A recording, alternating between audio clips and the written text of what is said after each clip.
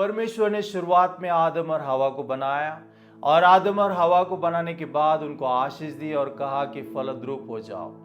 और उनको परमेश्वर ने यह आशीष दी कि उनको संतान हो। और हम पवित्र शास्त्र में परिवार के बारे में बहुत ही महत्वपूर्ण बातें जानते हैं, जो ऐसी बातें हैं हमें सीखना जरूरी है। परमेश्वर चाहता है कि मैं और मेरा परिवार उसके नाम की महिमा करे।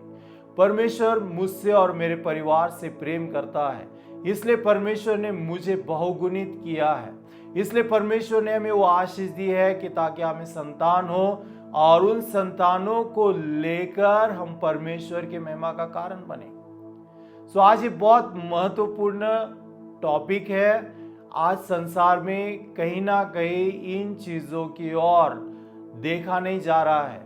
हम जानते हैं कि काफी सारे माँ बाप अपना जीवन जी रहे, लेकिन अपने बच्चों की तरफ वो ध्यान नहीं देते। वो बोलते कि वो उनका जीवन जिएंगे, हम हमारा जीवन जिएंगे।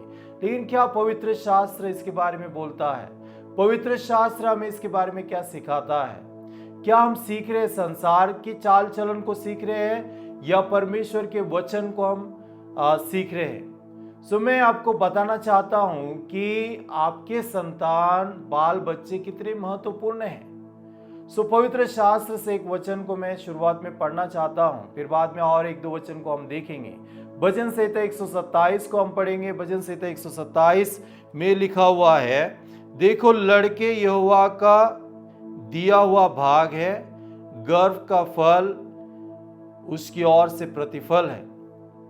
जैसे वीर के हाथ में तीर, वैसे ही जवानी के लड़के होते हैं। सो प्रभु का वचन हमें सिखाता है कि यह देखो लड़के यहोवा का दिया हुआ भाग है, और वचन कहता है गर्व का फल उसकी ओर से प्रतिफल है। परमेश्वर ने हमें भाग दिया है। लड़के हमें भाग के स्वरूप में, आशीष के स्वरूप में दिए गए हैं। संतान, गर्भ से जो संतान पैदा हुई है वो प्रतिफल के स्वरूप में परमेश्वर ने हमें दी है। और पवित्र शास्त्र में हमें दिखाई देता है कि आपको यदि बच्चे मिले हैं, परमेश्वर ने यदि आपको आशीष दी है, परमेश्वर ने यदि आपको संतान दी है, तो प्रभु का धन्यवाद हो। परमेश्वर ने वो आपको भाग के स्वरूप में दिया है। परमेश्वर ने वो आपको प्रतिफल के स्वरूप में दिया है। और जब परमेश्वर आपको कुछ जिम्मेदारी देता है, यदि वो आपको संतान देता है और संतान की जिम्मेदारी देता है, तो माता पिता की ये नैतिक जिम्मेदारी होती है कि वो बच्चों को परमेश्वर के भय में बढ़ाए। और ये उनकी जिम्मेदारी है कि उनको परमेश्वर का भय वो सिखाए। ये किसी पासबान की जिम्मेदारी नहीं है। पासबान मदद करता है, कोई house group leader, youth pastor मदद करेगा कि उनकी आत्मिक उन्नति हो और वो परमेश्वर के भय में चले। आज हम कई जवानों को देखते हैं कि वो अपनी राह पर भटक गए हैं।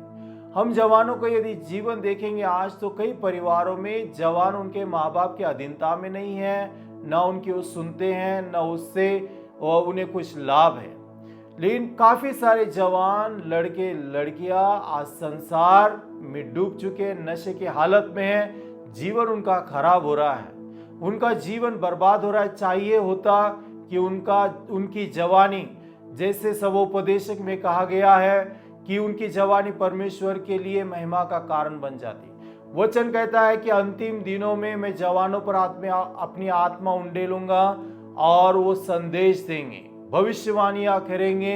ये परमेश्वर का वचन है। लेकिन क्या हमारे जवान, क्या आपके संतान ये कर रहे हैं, या वो रास्ते से भटक गए हैं? किस रास्ते पर वो चल रहे हैं? और ये किसकी जिम्मेदारी है कि उनको हम सही रास्ते पर लाए? ये सबसे पहली जिम्मेदारी है माँ बाप की। माँ बाप ने इस बात को समझना है कि परमेश्वर ने आपको उसका भाग दिया है। माँ बाप को यह समझना है कि जो संतान आपको प्राप्त हुई है वो परमेश्वर की ओर से मिला हुआ प्रतिफल है। सो ये आपकी जिम्मेदारी बनती है कि उनको परमेश्वर का वचन सिखाए। ये आपकी जिम्मेदारी बनती है कि परमेश्वर के मार्ग उन्हें सिखाए। क्या मैं ये अपना खुद का बोल रहा हूं? नहीं, हम वचन को पढ़ेंगे। व्यवस्था विवरण इसकी 6 अध्याय और उसका 7 वचन। व्यवस्था विवरण की 6 अध्याय का 7 वचन क्या कहता है? वो कहता है कि और तू इन्हें अपने बाल बच्चों को समझाकर सिखाया करना, और घर बैठे मार्ग पर चलते लेटते उठते इनकी चर्चा किया करना, और इन्हें अपने हाथ पर चिन्ह के रूप में बांधना, और तेरी आंखों के बीच में टीके सा काम दे। किसके बारे में? परमेश्वर के वचन के बारे में बोला गया है।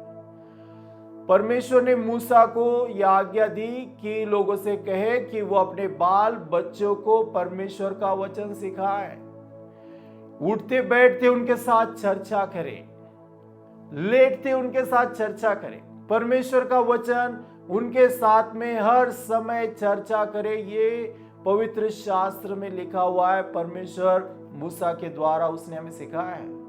वचन हमें यह भी सिखाता है कि बच्चों ने अपने माँ बाप की आज्ञा का पालन करना है। लेकिन सबसे बड़ी बात, जब परमेश्वर ने आपको ये प्रतिफल और भेंट के स्वरूप में दिया है, तो क्या आप उसको वैसे इस्तेमाल कर रहे हो, उनको कुछ सिखा रहे हो आप या नहीं, मुझे नहीं मालूम।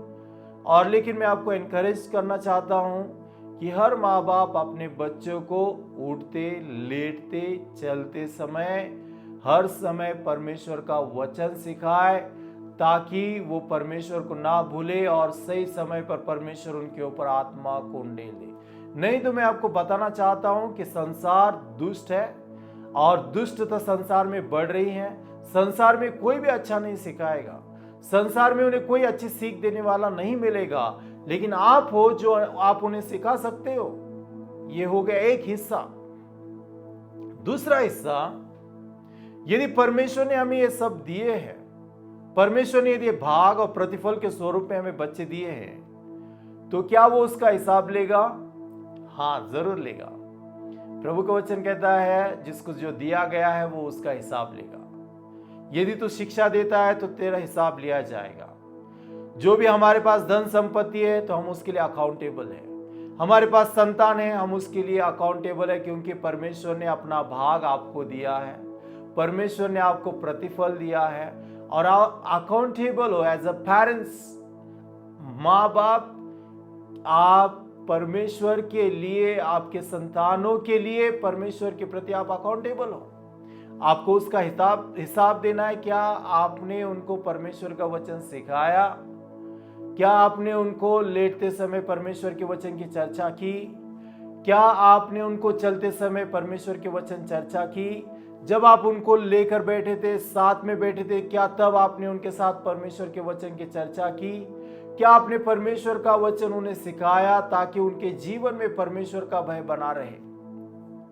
कई माँ बाप इन सारी चीजों में चूक जाते हैं। वो बच्चों के लिए बहुत सारी धन संपत्ति कमाते हैं, वो अपना पूरी उम्र उसमें डाल देते हैं, रिटायरमेंट होने तक कुछ अच्छा नहीं लेते, नहीं खाते, ना अच्छा ना कुछ अच्छा पहनते, बच्चों के लिए संभाल कर रखते हैं, इन्वेस्टमेंट करते हैं उनके लिए पॉलिसीज बनाते हैं, बैंक बैलेंस जमा करते हैं ताकि उनके बाल बच्चों का भला हो, प्रॉपर्टीज लेते हैं ताकि उनके बाल बच्चों का भला हो। लेकिन क्या आपने सोचा है इन सारी चीजों से बढ़कर परमेश्वर का वचन आपने आपके बाल बच्चों को सिखाना है, क्योंकि परमेश्वर उसका हिसाब लेगा।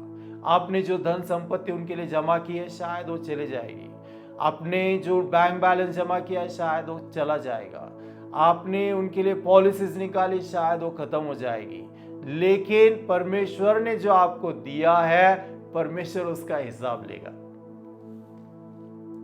और क्या हम हिसाब दे पाएंगे? क्या हम ये कह पाएंगे कि हमने हमारे बच्चों को अच्छी सीख दी?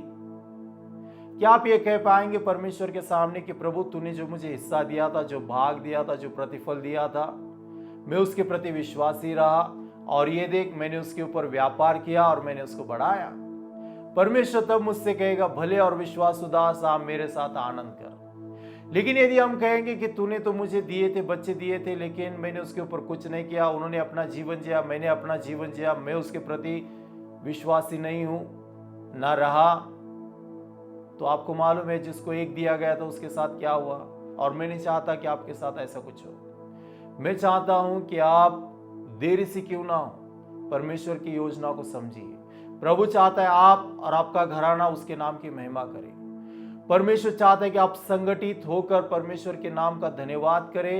एज अ फैमिली आप परमेश्वर के करीब आए और परमेश्वर के नाम का धन्यवाद करें, क्योंकि उसी के लिए परमेश्वर ने आपको बनाया है। और जो कुछ प्रभु से आपको प्राप्त हुआ है उसका हिसाब होगा और वो हिसाब देना पड़ेगा। कई बार हम सोचते हैं कि तब के तब देखेंगे। कई माँ बाप को मैंने देखा है, वो बोलते हैं कि नहीं, बच्चे अपना देख लेंगे, हम हमारा देखते हैं। आजकल कई माँ बाप अपने जीवन में ज्यादा व्यस्त है और वो अपने जीवन को ज्यादा आनंदित करना चाहते हैं, इसलिए वो बच्चों पे इंटरफेयर नहीं करते हैं। लेकिन क्या हम सही कर रहे हैं? मैं समझता हूं कि हमने अपने बच्चों की तरफ ध्यान देना चाहिए।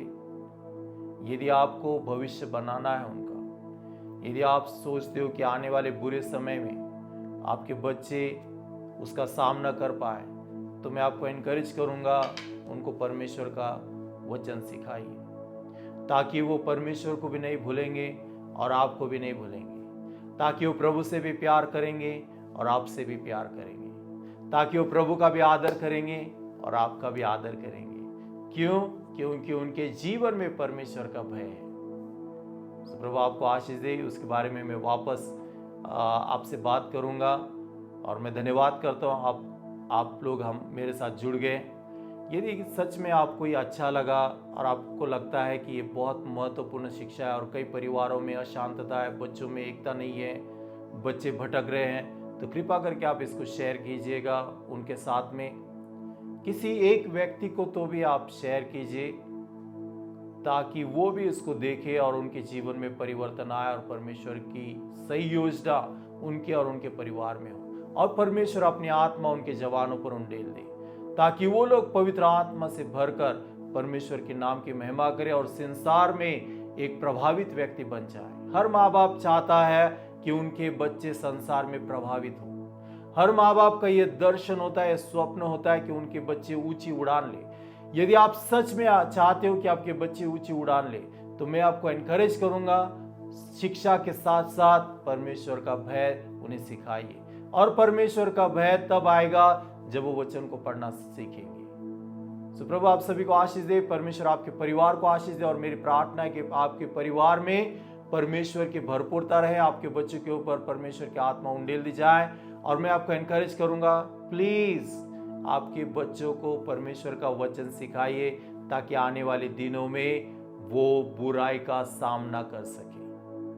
स्वयं प्रार्थना करें। स्वर्गीय पिता, हम धन्यवाद देते हैं, स्तुति करते प्रभु, धन्यवाद करते हैं कि परमेश्वर आपके लिए आपने कहा कि बच्चे लड़के दिया हुआ भाग है।